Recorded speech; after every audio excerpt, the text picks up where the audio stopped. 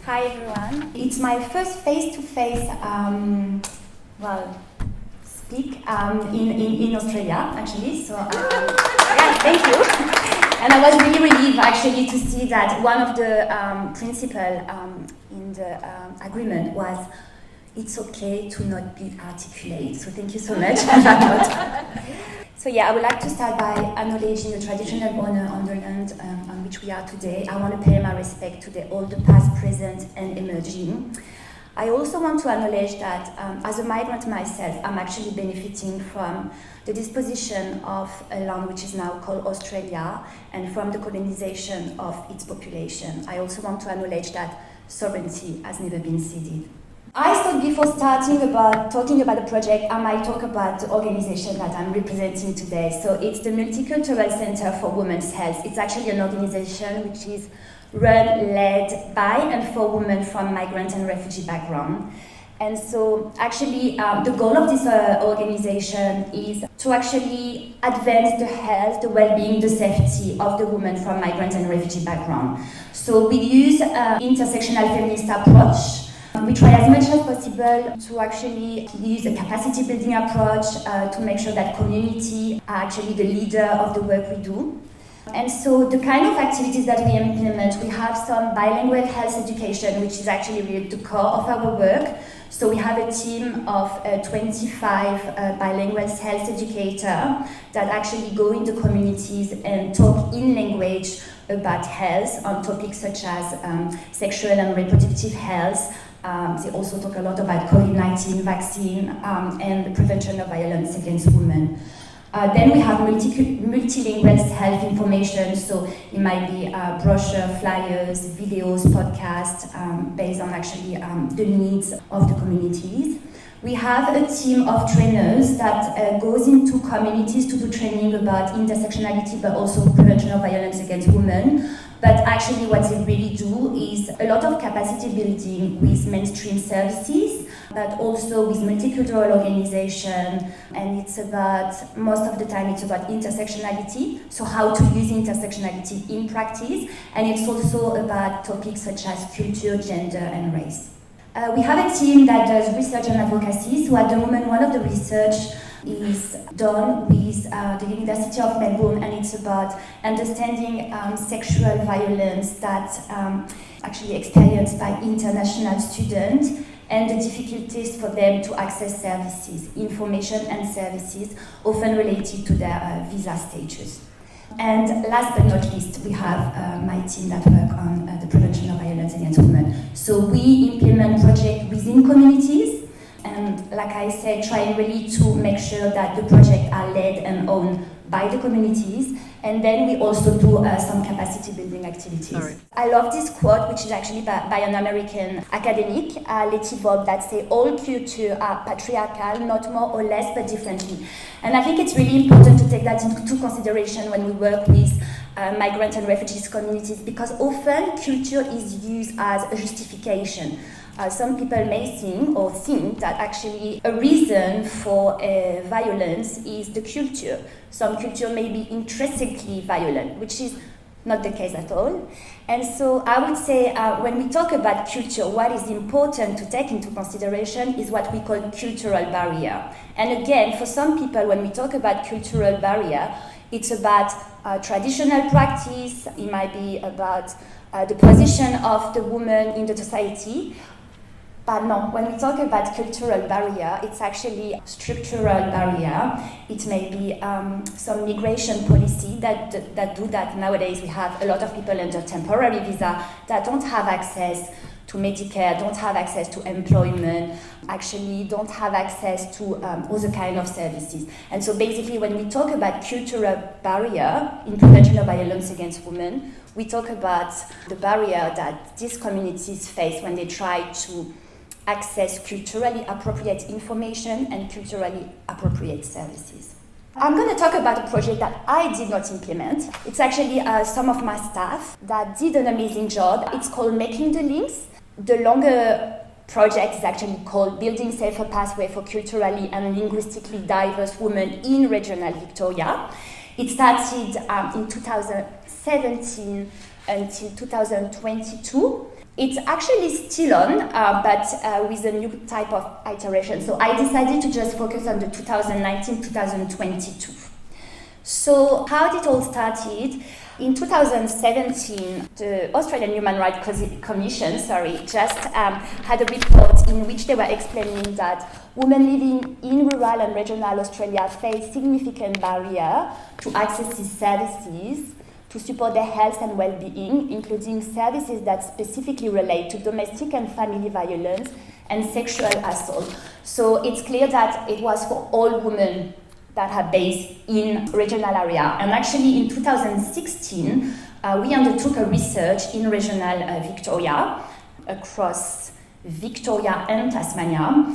And this research, actually, the finding was that women from migrant and refugees background were in the same issue, but had also additional barrier, such as, again, their migration status, their visa status, the isolation of living in regional area, etc. And so based on that, we decided that we would implement some projects. And so the objective of the project were double. The first objective was actually to engage with relevant service provider. And so here, when we talk about service provider, it's actually health services, community-based organization, and it was also multicultural settlement services and community-based organization that I already said. And so basically the idea was actually to try to build the capacity of these services in providing a more culturally appropriate service. And so we targeted 5 LGEs: Geelong, Ballarat, Bendigo, Swan Hill, and Mildura. And so the other objective of the project was actually to build the migrant woman understanding of what is family violence in Australia, what does it mean, but also which services are available, and also trying to support to link them with the available services. So that's how it started. Obviously, you can see from 2019-2020, COVID hit, so we had a bit to change the program, but I will talk about that later on. Okay, so during the implementation, I would say that the main approach and what we really tried to focus on was collaboration. Collaboration is the key for us when we implement projects, and when we say collaboration, it's actually collaboration with service provider, but it's also collaboration with communities. And so we established an advisory group with a service provider from the 5 LGAs targeted. This advisory group, like a lot of advisory group, was actually here to support, to advise, and to provide feedback. And then we've been going a lot in the region. We've been doing a lot of consultation with community leaders, community-based organization, but also informal women's organization. All of that was actually done by our staff that are bilingual, so it helped us a lot.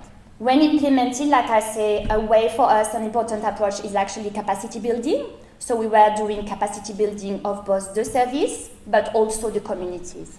And I would say another thing which is important when we implement projects, and which is actually related to what we mean by tailoring activities, data collection and evaluation. Because actually tailoring activities is an important way to do it. It's actually to learn by experience. And so we try as much as possible to do ongoing evaluation. The outcome of that project actually was that, and during the period before COVID, we managed to do a lot of face-to-face sessions. I have to say that probably 30% were actually done online later on. But so we did face-to-face session with 100 women that were from the targeted communities. And they actually attended in-language sessions. So it was women from Urdu-speaking, Persian, Arabic-speaking backgrounds. And so we actually built a capacity on prevention of violence against women through 3 of our modules. One which is about healthy relationship, one about gender equality, and one about prevention of violence against women. And like you can say, some of the quotes of the women that just attended the session was, after attending this session, I feel more confident in navigating support services, which is actually the goal of our work. We also work with service providers, so more than 200 staff from relevant family violence, sexual assault, health and community service in the 5 LGEs attended our training. So that was training about culture, gender and race, and also some training about intersectionality. And then because COVID hit, we also had to change and adapt a bit our activities. And so we decided to actually develop some lasting resource for the professional. And so we did a podcast that will be actually a resource providing some insight when you work with cultural and diverse communities.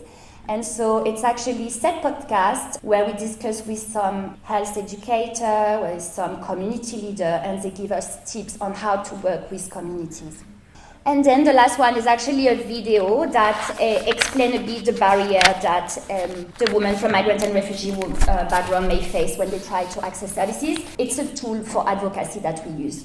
Okay, next one. It's about the finding and what we actually notice and the challenge that the women from migrant and refugee background are actually facing in regional Victoria. So the first one is the significant gap in multilingual information related to their rights and service available. It's one of the main difficulties for women, it's to have access to information. We know that sometimes there is some literal translation that are done, but actually it's not going to raise awareness because some women may be actually unfamiliar with how the law is working in Australia. What does it mean, family violence in Australia? So we know for sure that multicultural services are actually providing this type of information, but a lot of people are actually not coming through the humanitarian visa stream. So it means that there is a portion that do not have access to this information. Another thing that is a challenge faced by migrant and refugee women is actually negative experience that they may have during the migration and the resettlement.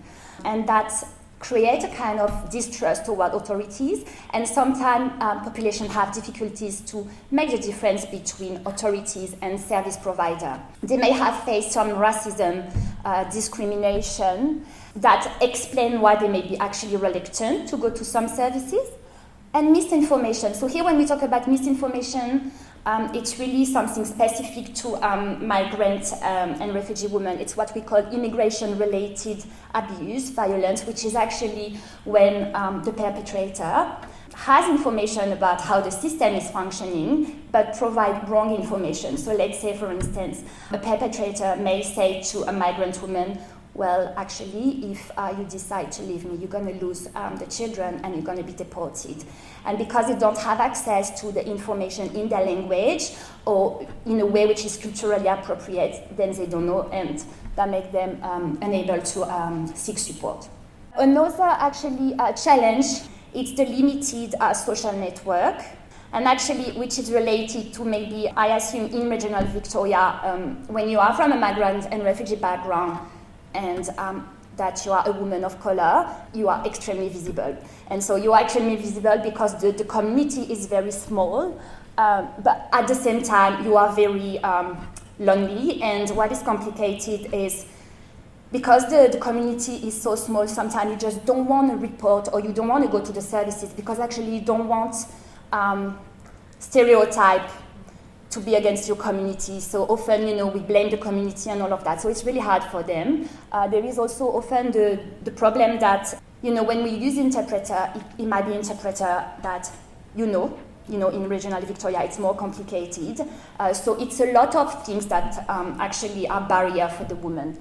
And I would say, and I already mentioned that a few times, but a big problem, which is actually a structural and systemic issue, is the visa limitation, because a lot of the women from migrant and refugee background are actually under temporary visa, on their spouse visa, so they don't have access to employment, they don't have access to Medicare, they don't have access to some childcare subsidies and all of that. Plus, when they decide to actually leave an abusive relationship, it might be very complicated for them because they don't have access to housing. Because when you are under a temporary visa, it's actually really hard to get access to housing. So here, the challenge that are faced by the women, now it's the challenge that are faced by the service, but I'm sure you know better than me because you are actually in the region. But I would say, it's Geographical distance is a big one, limited availability of services, and also the barrier to online communication, in the sense that we know that there is a possibility actually to have a remote, connection with some services. But for women from migrant and refugee background, what is complicated is that they don't always have the technology literacy. So we have inadequate resourcing. We know that for sure. So the lessons learned, and I think what is important is what is key. It's actually local knowledge and community-led initiative. When we implement Pivot initiative, we have to make sure that we rely on local knowledge. There is community leaders, and actually it's important to be aware that lived experience is actually an expertise. The value of relationship and collaboration. And here again, I think that it's about meaningful relationship, equitable relationship, but it takes time because you need to build the trust, and trust takes time. So it's sometimes complicated because we go for a very short project, but it takes time. For us, the key of the work is actually to have a workforce which is bilingual, which actually understand really the context and can also frame, the issue for people to feel that it's actually talking to them. It's not a checklist, but actually it's a few things that are important when you want to tailor Pivot initiative. So the first one is always safety first. What we mean by that is when you work in Pivot, you have to make sure that there is a comprehensive safety plan, and the only people that can actually do it are the communities themselves, because they know the limitations, they know what they need, and they might know things that we're not aware, some limitations that we're not aware. So it's about making sure that you involve people in the design, of the safety plan. Partnering with experts, like we say, it's about equitable relationship. It's making sure that in the community you really go for the good organization. So for instance, we have been partnering a lot with informal women's organization. So it took us a bit of time to understand that there are some communities, some group of women, but it was actually the key of the success of this project, because it was already a space with trust, an environment where people were really comfortable to discuss. Have a clear purpose that looks quite obvious, but actually I think it's important to implement projects that are evidence-based. And so when we decide to go for a community, if we know why we go for this community, then we know how to work with the community. Last but not least, don't try to be everything for everyone. So we can't do a campaign about prevention of violence against women that just actually gonna touch everyone. You have to really focus on the community you decide to work with. It's what we say, proven and promising technique. It's about remuneration, and so I would say it's about making sure when we work with a multicultural organization that we remunerate them, because so often actually we work with them and we do consider that it's okay to make it a volunteer way. I think also it's about if we want to involve them and if we want these communities to come around the table, it's how do we enable them to do that? So it means thinking about transport, thinking about childcare, thinking about actually paying an interpreter. When we think about communication and social marketing, I think what is important is to make sure that actually what we do does not harm or does not reinforce some stereotype. And that's why it has to be done with communities, because sometimes we really want to do well, but we reinforce some stereotype of the communities. And it's only by working with the communities that we understand that. Last but not least is about self-reflection. So in MCWH, we are definitely aware that yes, we work with migrant and refugee communities, but it doesn't mean that we have the whole understanding of this sector, and we actually self-reflect on our organization in terms of the kind of activities we provide, the way we work with communities, but also about our own diversity and our own inclusion. So thank you so much.